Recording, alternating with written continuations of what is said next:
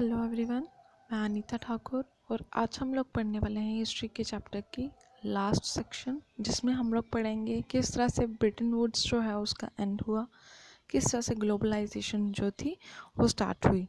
तो जैसा कि आप लोगों को पता है कि जब पोस्ट वॉर टाइम जो था वो स्टार्ट हुआ, मतलब वॉर के टाइम के जो कुछ ईयर्स थे उनमें देखा गया जो वर्ल्ड इकोनॉमी है वो इतनी तेज़ी से क्या नहीं कर रही है, ग्राउथ नहीं कर रही है प्रॉपरली, अभी स्टेबल नहीं हुई है क्योंकि इकोनॉमिक डिस्ट्रक्शन बहुत ज़्यादा हो चुकी थी।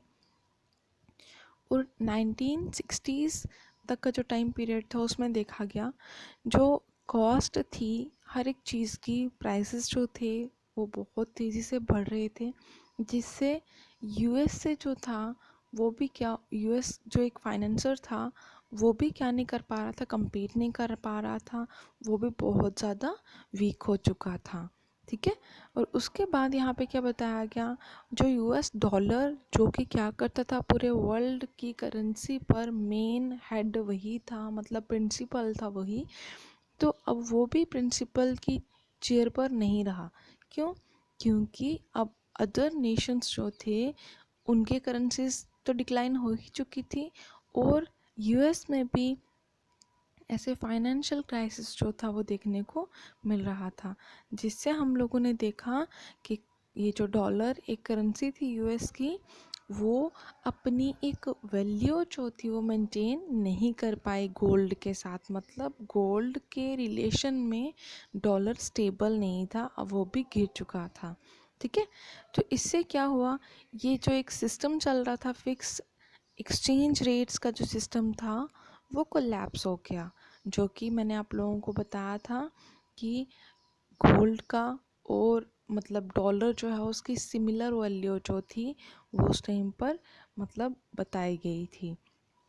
और एक और न्यू सिस्टम जो था उसको इंट्रोड्यूस करा गया जिसको बोला जाता था फ्लोटिंग एक्सचेंज रेट्स। इसका मतलब क्या हुआ, अब किसी भी चीज़ के फिक्स रेट्स नहीं होंगे, according to their capability, according to their state, मतलब पॉलिसीज़ उनको खुद से फिक्स करा जाएगा। और 1970s के मिड तक ये देखा गया इंटरनेशनल जो भी फाइनेंशियल सिस्टम था उसने अपने इम्पोर्टेंट वेज को चेंज कर दिया। दैट मीन्स कि जितने भी इंटरनेशनल लेवल के सिस्टम्स थे जो फाइनेंशियली सपोर्ट करते थे उन्होंने अपने तरीके जो थे वो चेंज कर लिए।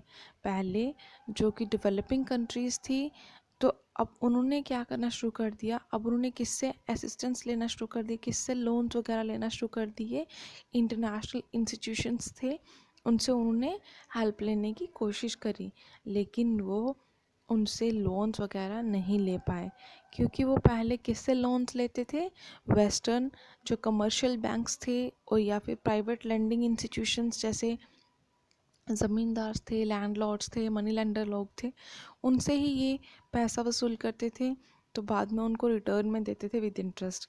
तो अब यही चीज़ वहाँ पर बताई गई कि वेस्टर्न कमर्शियल बैंक और प्राइवेट लेंडिंग इंस्टीट्यूशंस जो थे उनको फोर्स किया गया, जो मतलब कौन लोग थे, ये जो डेवलपिंग कंट्रीज़ थे उनको बोला गया कि आप लोग हमसे ही लोन्स वगैरह लोगे, दूसरे किसी नेशन से नहीं लोगे।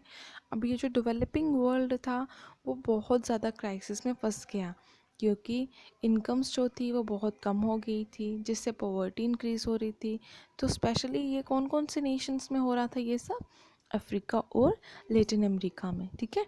देन उसके बाद ये बताया गया इंडस्ट्रियल वर्ल्ड जो था उसमें देखा गया कि बहुत बड़ा एक, मतलब हम लोगों को बहुत बड़ा उस टाइम पर हिट हुआ था। और वो कौन सी प्रॉब्लम थी जिसने बहुत ज़्यादा हिट किया था, वो थी अनएम्प्लॉयमेंट की। अनएम्प्लॉयमेंट जो थी वो 1970s के मिड से स्टार्ट हुई बढ़ना और ये 1990s का जो इरा था उस तक ये इंक्रीज़ ही रही। ठीक है। और 1970s में जो MNCs थी, मतलब मल्टीनेशनल कॉरपोरेशंस थी, उन्होंने कहा कि अब हम लोग क्या करेंगे, जितने भी प्रोडक्शन को लेके हमारे ऑपरेशंस होते थे वो हम लोग क्या करेंगे, हम लोग उनको शिफ्ट कर देंगे लो वेज एशियन कंट्रीज़ की तरफ। मतलब हम लोग उन्हीं जगह पे अपनी कंपनीज लगाएंगे जहाँ पर बहुत ही लोअर वेजेस पर काम करवाया जाए, और एशियन कंट्रीज़ में ही हम लोग इनको इस्टेब्लिश करेंगे, ठीक है। और चाइना जो कि पोस्ट वार के बाद, मतलब वॉर के बाद का जो टाइम पीरियड था, वो वर्ल्ड इकोनॉमी से क्या हो चुका था, कट ऑफ हो चुका था, उसका कोई रिलेशन अब बाकी नहीं था। और जब वहाँ पर 1949 में रेवोल्यूशन हुई, कौन सी रेवोल्यूशन, चाइनीज़ रेवोल्यूशन हुई, उसके बाद से उनका ये जो मतलब वर्ल्ड इकोनॉमी के साथ जो रिलेशन था वो ख़त्म हो चुका था। लेकिन चाइना ने कुछ ऐसी इकोनॉमिक पॉलिसीज़ अपनाए जिससे उसने क्या कर लिया, उसने बहुत तेज़ी से ग्रो करना शुरू कर दिया।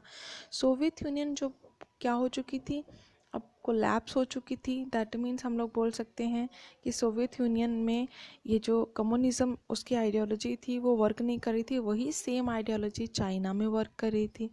अब देखा गया ईस्टर्न यूरोप जो था, उसकी बहुत सारी कंट्रीज़ जो थी वो वर्ल्ड इकोनॉमी का पार्ट थी। उनकी आइडियोलॉजी क्या थी उस टाइम पर, कम्युनिज़म। लेकिन अब वही कम्युनिज़म वहाँ पर यूरोपियन नेशंस में वर्क नहीं कर रही थी, लेकिन चाइना में बहुत अच्छी तरह से वर्क कर रही थी। अब एमएनसीज ने सोचा कि हम लोगों को क्या करना है, हम लोग ऐसी कंट्रीज़ की तलाश कर रहे हैं जो बहुत ही कम वेजेस पर काम करवाएं और प्रॉफिट ज़्यादा अर्न करें। तो उनको चाइना सबसे बेस्ट लगा, इसलिए उन्होंने क्या करना शुरू कर दिया, जितनी भी फॉरेन मतलब जितनी भी एमएनसीज थी, मल्टीनेशनल कॉरपोरेशंस थी, उन्होंने कहा अब हम लोग भी कहाँ इन्वेस्ट करेंगे, चाइना में इन्वेस्ट करेंगे, ताकि हम लोग भी compete कर सकें और कुछ प्लेस जो हैं उसको गेन कर सकें, ताकि हम लोग भी वर्ल्ड मार्केट में अपनी प्लेस बना सकें। और आप लोगों ने एक चीज़ तो नोटिस करी ही होगी, आप लोगों के घर में मैक्सिमम थिंग्स जो हैं, टीवीज़, मोबाइल फ़ोन्स, टॉयज़ वगैरह जो हैं, तो आप लोग मैक्सिमम उनकी जब पढ़ोगे मेड इन इंडिया, चाइना जो भी है, तो उसमें मोस्टली आप लोगों को जो थिंग्स हैं वो चाइना की मिलेगी। क्यों?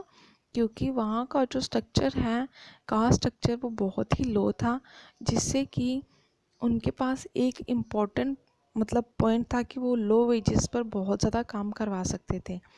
अब ये लास्टली अगर हम लोग बात करें, जब इंडस्ट्रीज़ को रीलोकेट करा गया लो वेजेस की तरफ, कि जिन कंट्रीज़ में लो वेजेस प्रोवाइड करी जा रही हैं, तो उनमें हम लोग ज़्यादा इन्वेस्ट करें, इससे वर्ल्ड ट्रेड जो है और कैपिटल जो है उसकी इन्वेस्टमेंट होना शुरू होगी, और साथ ही साथ क्या होगा, ट्रेड जो है वो दोबारा से स्टेबल होना शुरू हो जाएगा, ठीक है। और अगर हम लोग बात करें लास्ट 2 डिकेड्स की, तो वर्ल्ड इकोनॉमी जो थी उसको ट्रांसफॉर्म किया गया। कौन कौन सी कंट्रीज़ में ट्रांसफॉर्म किया गया, मैंने आप लोग को बताया अभी भी कि एमएनसीज जो थी उन्होंने कहा हम लोगों ने एशियन कंट्रीज़ से ही मतलब ट्रेड करेंगे, एशियन कंट्रीज़ में या इन्वेस्ट करेंगे, क्योंकि वहाँ पर वेजेस जो हैं वो बहुत ही लो प्रोवाइड करी जा रही हैं। इंडिया, चाइना और ब्राज़ील जो थी उनने बहुत तेज़ी से इकोनॉमिक ट्रांसफॉर्मेशन किया। Thanks for listening and may God bless you all. इसके साथ ही आप लोगों का ये चैप्टर जो है वो कंप्लीट होता है, ठीक है।